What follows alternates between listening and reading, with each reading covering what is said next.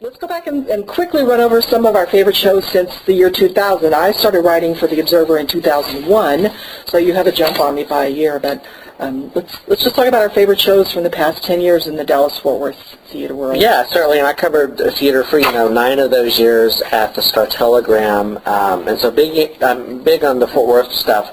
And looking back over my list of the decade, my favorite shows of the decade, I find that my favorite productions were by American playwright, the classic American playwrights. So Edward Albee, Tennessee Williams.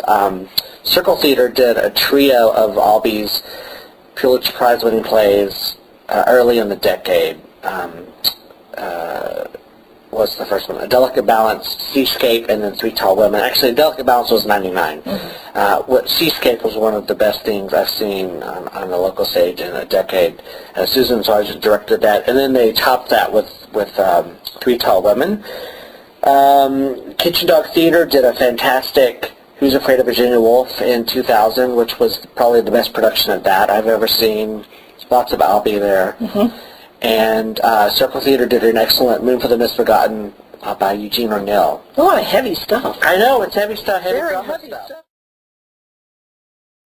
And then one of my favorite productions of all time, maybe of the past 10 years, the Quad C, the Collin County Community College production of A Clockwork Orange, which I'll talk about a little bit more. Okay, 2007, it seemed to me that Dallas and Fort Worth theater community really started to take off, and people started taking chances and doing unusual shows, doing more new shows. That's when we got Matt Lyles, the boxer, for the first time at the Festival of Independent Theaters, and now it's been here several times. It went on to Dallas Children's Theater. It was just done at Quad C with Matt directing. It's going to be done up in the Chicago area. It was done at the New York Fringe Festival this year. That's the kind of talent we really need to incubate more here, and I love that he's getting a lot of work, and his new plays are being done all over the place. That was 2007 was also the year that Lyric Stage started its ambitious program of doing these old revivals with full orchestras. Right. And all of these shows have been just terrific, but they started with Carousel, right, which I think is probably the best one they have done. Directed by Cheryl Denson. Yeah. Well, that's kind of our wrap-up. Let me ask you this, Mark. If there was one show over the past 10 years in the Dallas-Fort Worth area that you could see again with the same production, what would it be? For me, it's going to be a show called Blasted, which was done at Undermain Theater 2007, 2008-ish by Sarah Kane, who was that British playwright who committed suicide later. But it was gritty, it was graphic, it was apocalyptic, it was so well done and just really stirring.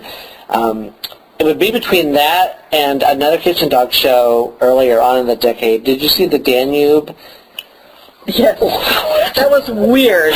Which I loved. It was Maria Irene Fornes, right? And I love that production. And they zoom in on the puppets sort of playing themselves. Right. There's one show I would love to see again. I saw it 3 times when they did it, and I would see it again any day, and that's A Clockwork Orange at Quad C. I don't think any show has affected me. I still think about scenes from that show at times, and it introduced us to Brian J. Smith, a student actor who went on to Juilliard and is now starring in a sci-fi series called Stargate Universe, and just finished shooting Murder on the Orient Express for a British television special. It's been great chatting with you, Mark. We saw a lot of great theater. I think we're going to see a lot more in 2010. Correct. You too, Elaine. And we will certainly post our list and our decade wrap-up on TheaterJones.com.